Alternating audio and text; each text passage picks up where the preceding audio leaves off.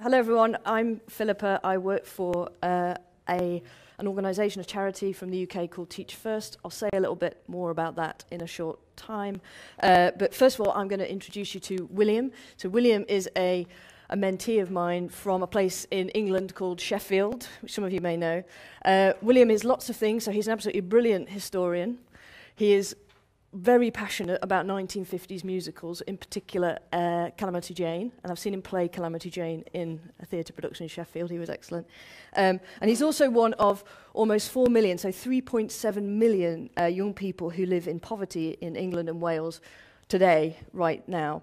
So, and because William's parents earn below average income, he is far less likely to receive a quality education than his more wealthy counterparts. So as a direct result of the fact that he lives in poverty, William has only a 33% chance, which is about half as good a chance as average, of achieving the 5 GCSE qualifications that he needs to continue to further or higher education, or to secure some employment that we would consider to be stable for the future. So because of this, William, and importantly, any children that William has, so the direct kind of following generation 2, is most likely to find that they take on low-paid jobs, that they live in poverty, and therefore are far more likely to develop chronic illnesses. And ultimately, William and his children, sorry, this is grim, but it's true, will die on average 7 years sooner than their more wealthy contemporaries as a result of this. So as a direct result of the fact he lives in poverty, and that means he gets a substandard education, he will die. So it might come as a surprise, but in 21st century Britain, education really is a matter of life and death. And at Teach First, you may, if you're from America, you may have heard of Teach for America. We're the British equivalent. So we work every day to try and break this cycle of inequality and poverty to achieve our ultimate vision, which you can see here, which is that no child's educational success, therefore their life chances, is dictated by, or determined by how much their parents earn. So how do we do this? Well, clearly, poverty and education inequality are massive ingrained problems which require massive, complicated interventions from lots of people, not just from us.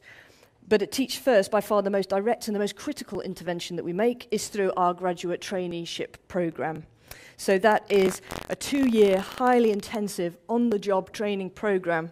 And what we do is we try and attract the brightest, most brilliant graduates, and we train them to become life-changing teachers and leaders in the classrooms and the schools of people like William. And the idea is that we train them as quickly as possible to develop the knowledge and the skills that they need to lead transformative change, first in the classroom, and then on a school level through school leadership, and ultimately on a kind of, we hope, a societal or a systemic level. So just quickly so that you can understand what I'm talking about, this is the Teach First programme, or as kind of still is. So this is how it would have looked if you joined us last year in the 2016 cohort. As you can see, the first thing that you do is attend a 6-week residential, which we call Summer Institute, over the summer holidays. And that is a highly intensive residential stint of training in teacher and leadership skills, knowledge and skills, I should say. And that's delivered both by experts from Teach First and by our partner universities from the UK. And we partner with some of the highest rated universities in the country. From September, so just after your 6 weeks training, you're straight into a Teach First eligible school and you're teaching full time. You're responsible for a class, either early years, primary or secondary level. And then over the next 2 years, you're basically being a teacher, and you're in the first year working with your university tutor to get your QTS, your qualified teacher status. And if you have time, you continue to engage with the 2-year Teach First programme, and we currently deliver that through face-to-face workshops, which we deliver during the evening or at weekends, if you can find the time, because obviously this schedule is very busy. I should note that if you joined the programme last year, you would have joined a programme that was doing very well. So the Teach First training programme had just been rated as outstanding by Ofsted. 99% of the teachers that we train received either outstanding or good status when they got their QTS or their qualified teacher status at the end of year 1. And also, basically since 2003, if you joined last year, you would have been part of a movement of around 7,000 teachers who'd impacted positively on the lives of over 1 million children. So we were doing really well. and it's important that I make that point. That's what my line manager said. We're doing very well, but we want to do even better. And this is where I came in. So I come in to Teach First, and the big question is, how on earth do we better achieve our organisational vision through, improving our programme? So basically what we needed was a new learning strategy. And like all good strategies, our strategy had to be problem-based. So you need to have a problem in order to understand what the solutions are going to be. So the big question that was asked to me was, what are the blockers which stand in the way of maximising the speed and the depth of our progress towards our vision through our programme? And after some significant research and analysis, it turned out that there were two main barriers to success, to maximising our impact through our programme. And the first was largely practical. So it's a question of access. So in order to be able to eradicate education inequality in the UK, we need to be able to place teachers and deliver our programme in where poverty is most pervasive. Now, when we first started, that meant urban centres, so predominantly London, and then we spread to places like Manchester and Birmingham. But by 2016, in part because of our own success in those areas, research increasingly showed that the areas that we needed to access, where the pockets of poverty were our so-called areas of greatest need, were increasingly rural, isolated and coastal communities. So blocker number one was all about access and expansion. We needed to be able to design and deliver a programme that was of equal quality in somewhere like the Isle of Wight or rural Norfolk, somewhere isolated, as much as it was of a quality in London or Manchester. And the existing model just wasn't scalable. And in 2016, we were already feeling the effects of this. So in 2016, participants, if you'd been placed in London as a participant, you'd have had access to far more expertise, far more learning experiences than you would if you had been placed in the Isle of Wight. So those also, our statistics showed that those who were placed in those areas developed quicker and had impact on their pupils sooner than those in isolated areas. So basically our programme wasn't equal, it wasn't having equal impact, and that wasn't acceptable. As I've already hinted, the problem of access wasn't just about like rural, isolated, coastal. It was actually a problem for all of our participants. So when you're learning on the job, there is only so much time that you can dedicate in the evenings and at weekends to attending physically, attending workshops, lectures, this kind of thing. And I did some research, and it showed that on average, our learners were probably only accessing about 15 hours of learning per year delivered by Teach First, which is, less than 2 days of learning per year. So it simply, it wasn't good enough. So improving access both for current but also prospective, more dispersed participants was big problem number one. Big problem number two, and this is where we get to Bloom's taxonomy, is about pedagogy, or specifically in our case, andragogy. So where strategic blocker was all about the practicalities, strategic blocker one was all about the practicalities. Number two was all about the pedagogy, the andragogy, the quality and the impact of learning design, basically. And at Teach First, the programme is made up of knowledge and skills development, and as such, and for other reasons, we design our curriculum around the basic principles of Bloom's taxonomy.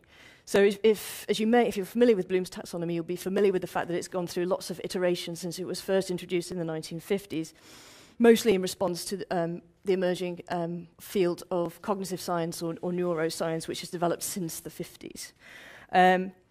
So here's basically a modern day, this is my version of Bloom's, but it's a typical modern day version of Bloom's with some additional pink bits, which I'll describe in a minute. But this is the model that we use at Teach First currently.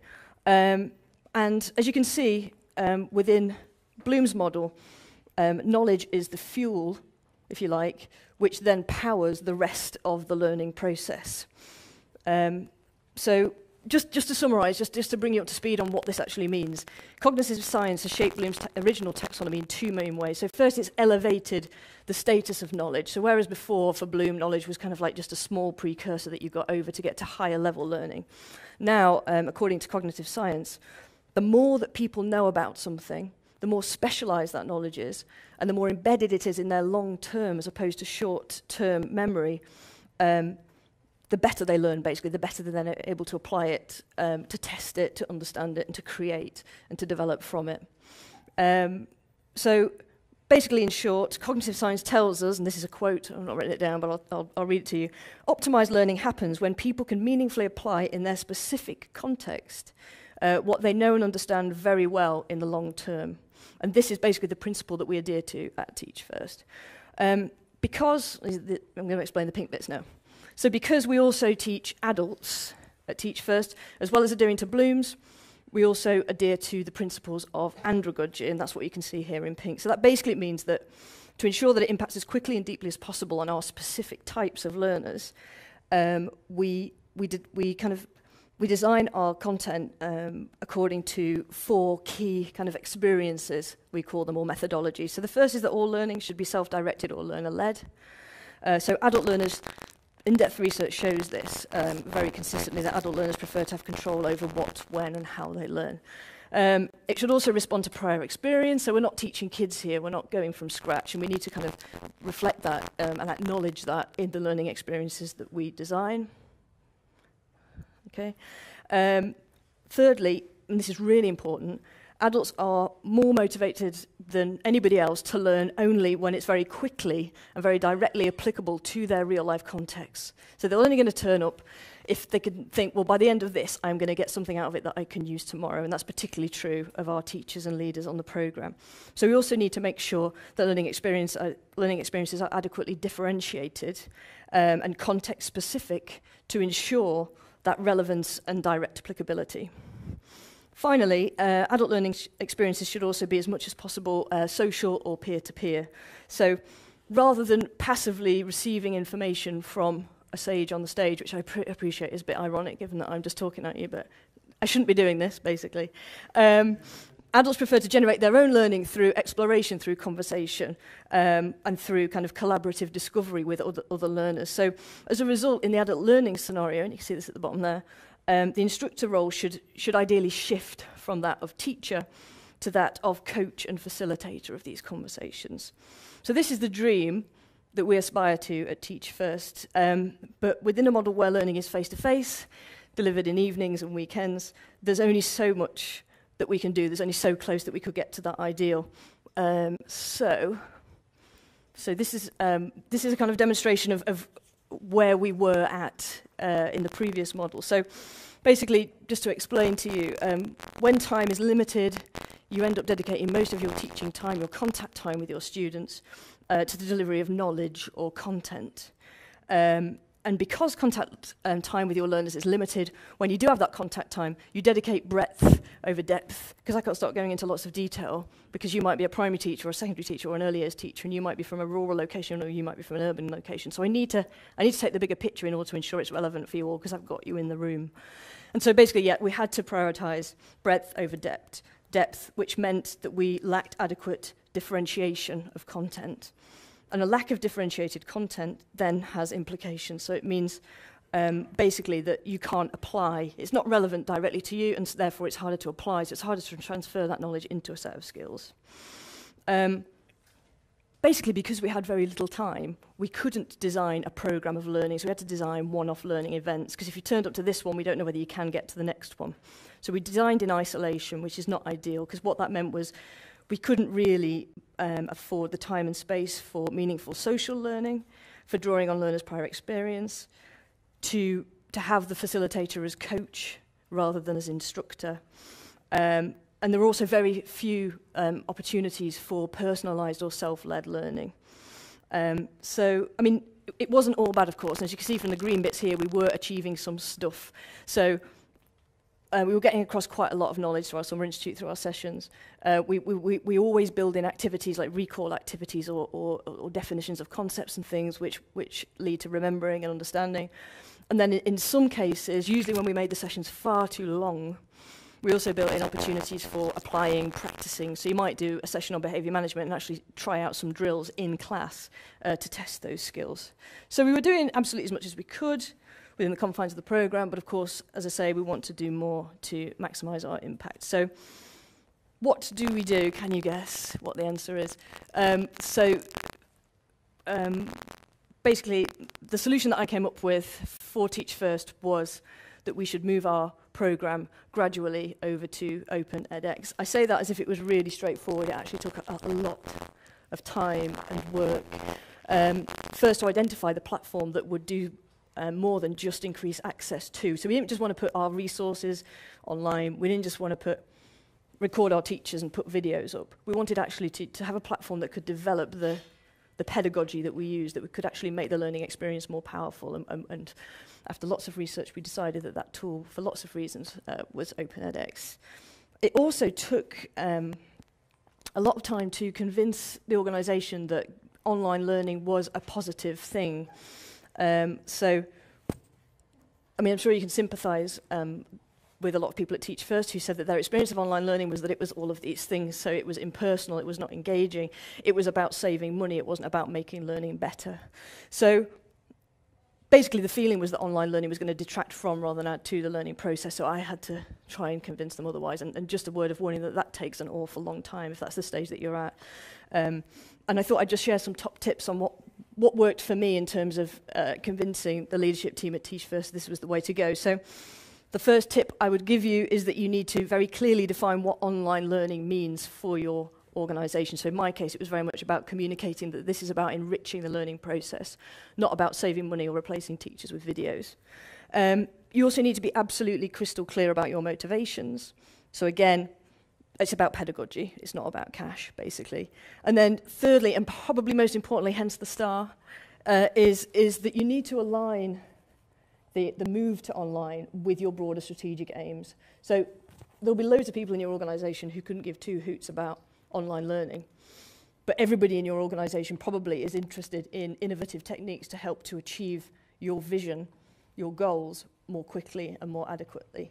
And that's really where I found the way in with Teach First. So it was about aligning my blended learning strategy with the broader organisational vision and goals. So thankfully I was able to convince the senior leadership team, and we have now, well, we've just delivered, and it's still running, our first course on Open edX. So what I thought I would do, just for the next 10 minutes or so, is just to briefly take you through the kind of before and after. So the course that I'm talking about here is one called Moving into Middle Leadership, which is a really important course for Teach First. It's basically the course that we offer to teachers who have shown that they're making impact in the classroom on pupils, and we want to support them to be able to start to make impact on a school level, hence middle leadership.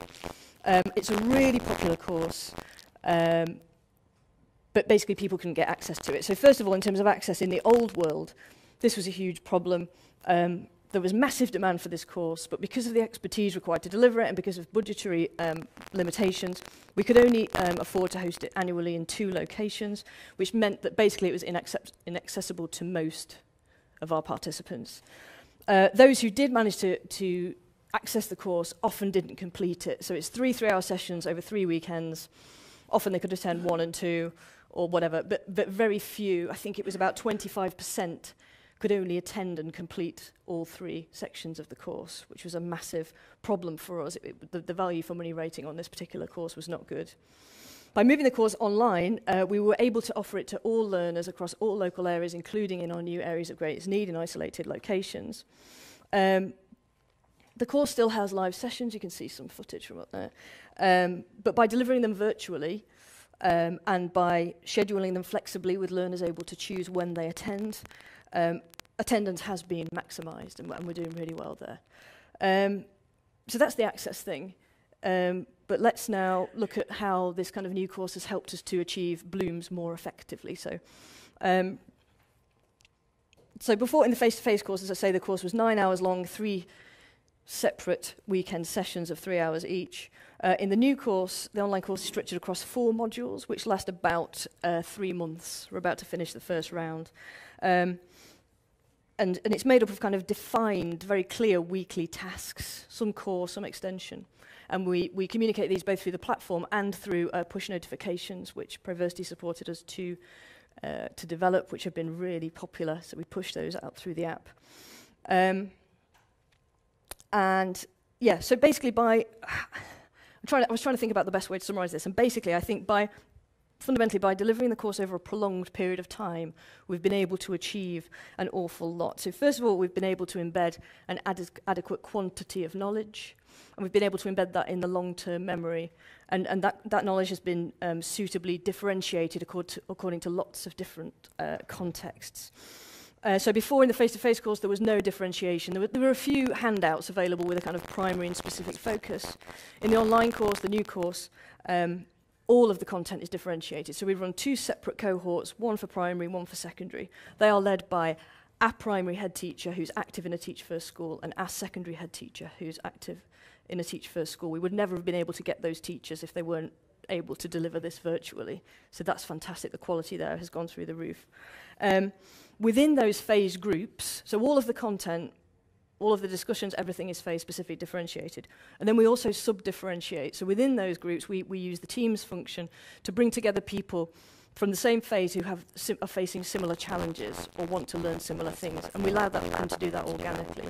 So we've got this group that have come together to discuss what middle leadership looks like specifically in a primary school in a rural setting, for example. So we've got this really very specific, specialised knowledge, which means, of course, that it is much more relevant and applicable, and it translates much more quickly and much more deeply and meaningfully into a real-life set of skills, and that's what we're trying to get to.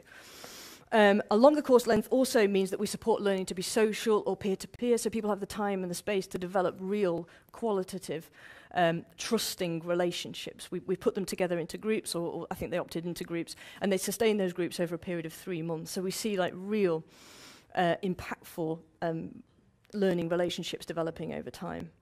And in turn, through supporting social and peer-to-peer learning and exploration, we're able to ensure that learners have the time and space to draw on their prior experience. And we also, of course, all importantly, transfer the role of the tutor to facilitator and coach. Right, so they're not delivering knowledge. That knowledge is developed through the learner's own exploration of the content. More learning time, this is really important for us for teacher development, but I think it's applicable also to lots of different contexts. But more learning time also means that we have much more time and space to try stuff out. And also importantly, we're able to do it in different contexts. So our learners try out, for example, leadership conversations in the safe environment of the platform, but then also have the time and space to go and do that in real life, or to test their leadership skills in the classroom in real life. To capture that, to bring it back to the course, and to talk about it, to reflect, to develop, and then to go back. And that process of learning and trying and testing and coming back is really what is that ideal that we're looking for, and we've been able to achieve that in part through the platform. There is still some development to go, and I'll come to that later. But yeah, we're certainly much further on than we were before. A longer course also means that the content can be more adaptive and responsive. So, for example, we run these brilliant things called, they're not live, but they're office hours. So every week by week basis, our learners can submit questions about the content that they've covered that week. And our tutors then, at the end of the week, review that content. You can see this here, actually. That's Geraldine doing an office hour up there.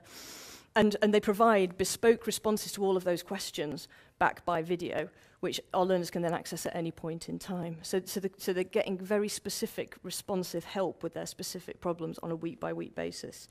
We also made it responsive in the sense that we've built in kind of checkpoints. So I think it's every 3 weeks there is a kind of open conversation using the discussion forums where learners can say whether they're having particular problems or where they would like to explore in more depth.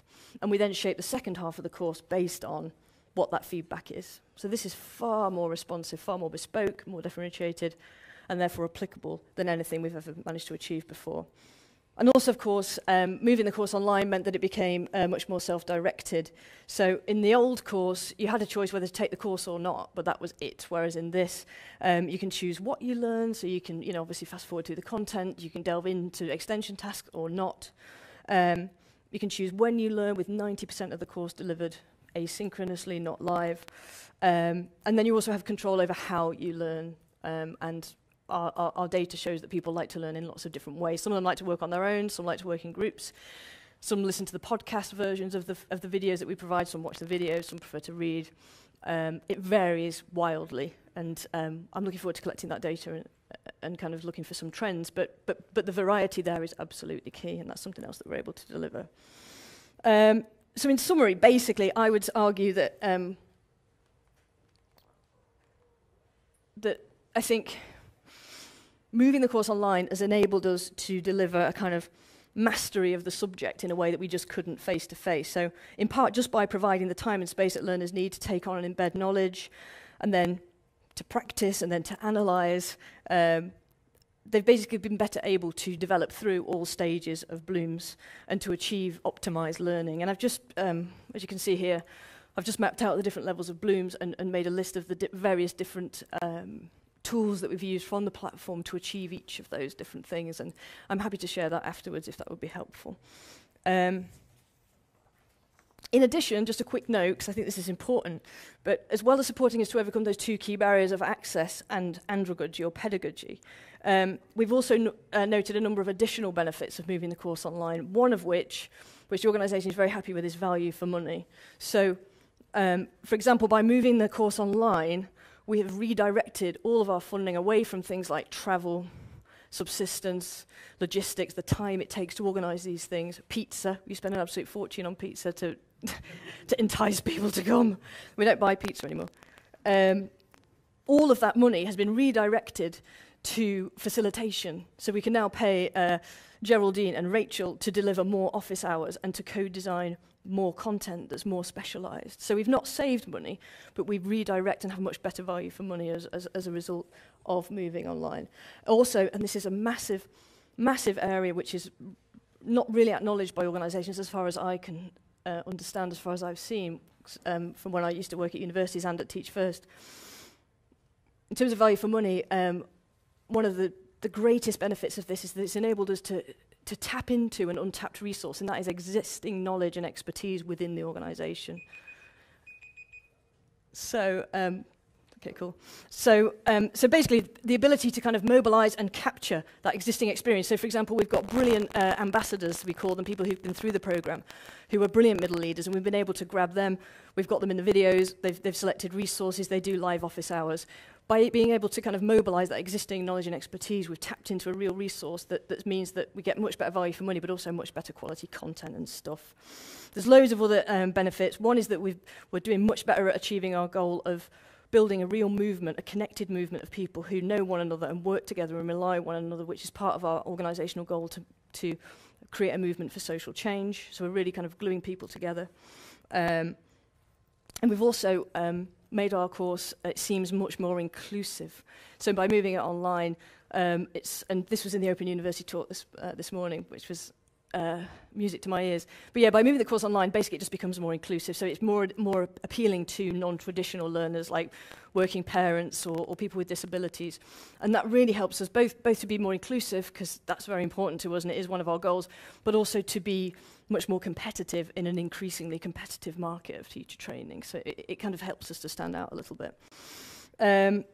So I've only got 5 more minutes, I think, from that. But just a few comments on, like, even better if. So where, from Teach First experience, we think Open edX needs to develop in order to help people like me to achieve, like, pedagogically the most powerful learning experiences that we can design. So it's doing really well, and it's been great, and particularly with the support of Proversity, we've been able to develop new stuff or to use third-party tools and drag them in to support what we need to do, but there is more that we can do. So these are just some tips from Teach First on where we need to develop. I think we need more social collaborative tools for small group work among specialised groups. So something like Teams is brilliant, but with more functionality. So, for example, with video functionality, so that people can actually kind of connect dynamically and independently. We also want more activities which support learning by doing, so the application and testing and honing of skills in the kind of safe classroom environment, but also related to that, tools which better connect the virtual and the real world. So, for example, once our teachers have tested their, behaviour management techniques within the safe confines of the course, we then want to send them out and have them test it in the classroom and to reflect on it. And at the moment, we're using third-party tools to do that, where they can actually video capture their practice, bring it back, reflect on it individually, comparatively, critically, and then learn from it. And so tools like that would be incredibly powerful. And you can see here also more tools which better develop creation skills. Virtual coaching and mentoring would be a blessing for us. So something beyond Skype, something where, again, you can share video footage of you in the classroom and get structured feedback on it, have conversations about it, develop over time. And then finally, the delivery of tools which support dynamic live sessions, so like virtual classrooms with whiteboards, screen sharing, document sharing, and breakout rooms. That's where we've had to go to third-party tools at the moment, but this could be much better embedded. So yeah, I could go on, but I guess my general point here is that in order to maximise the impact on learning, we need to, as a community, focus on learning science, on andragogy, on pedagogy, and to prioritise the development of tools which support the design of not just the improvement of access, but also the design of the most powerful possible learning experiences.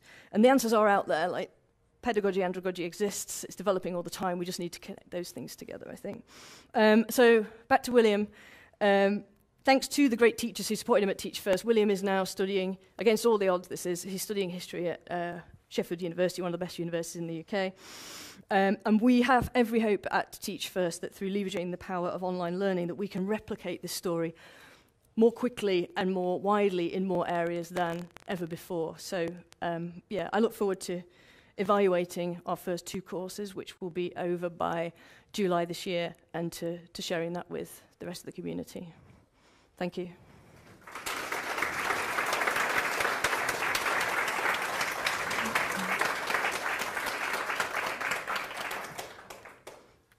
We've got a few minutes for questions. 4 minutes. I wonder if you could put a few words to the... I wonder if you could put a few words, if you go one slide, to the free text response and recap. The what, sorry? The free text response and recap. Ah, yes, so this has been developed by Proversity, so maybe Christian might know more.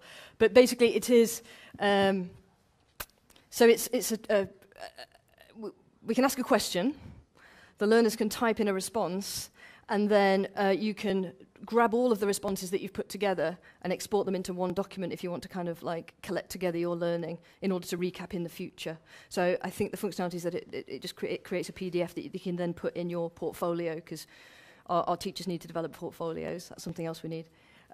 So yeah, that's what it is. So no assessment like from this free text response?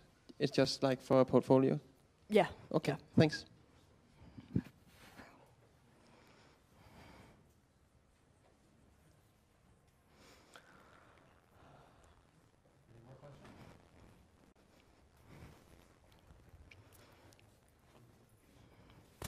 Thank you, Philippa. And I just think, there's a lot of people here that are maybe instructional designers and will face the similar challenges that you did in terms of communicating with your organization. And I'm just thinking, what from you've learnt now, what do you envisage that we as a community could do better to support teachers, to enable them, to give them the tools to go out there and speak to organizations on how they can move more things to online? Just wondering if you had any more thoughts on that. Yeah, so that's one of the things that we're thinking about at Teach First. It's like, how do we model this for the use of our participants in the classroom? And yeah, one of the challenges that they face is like managing that cultural change. I think, as I said in the talk, I think the biggest thing is just aligning it with broader organizational goals. So I went in at first just like super excited. It's like there is this thing and it's brilliant and it's going to do all of these things.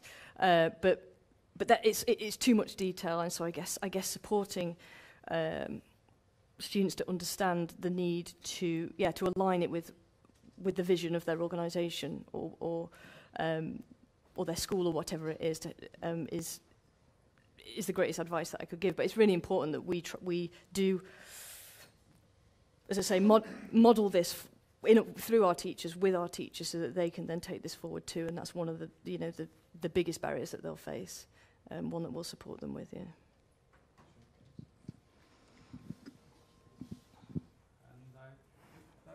And one more. Yeah, could you tell us a little bit more about the open response and free text kind of engagement that you got from your adult learners, especially? Yeah, so engagement with it. Yeah, so the activities, the engagement with the activities has just been fantastic. What we have found is that we built in a weekly system where you would complete the activities, including like the input on text responses, and that the tutors would review all of them and then just give general feedback. So it's kind of policed in a way. But actually what we find is that the participants are talking to one another, answering one another's questions, continuing the conversation from those questions in their teams, their smaller groups. So actually the engagement has been just fantastic. And so I don't understand yet how far that is about the fact that they feel they're expected to do that and the fact that they're actually drawn to do it. But the quality and the type of responses that we're getting and the different areas in which these conversations are happening suggest that actually the motivation is great. Yeah, but that's one of the specific questions that we've got for our kind of post-course evaluation to try and understand what the motivations were. But the engagement has been brilliant, yeah. All right. Thank you very much. Thanks, everyone.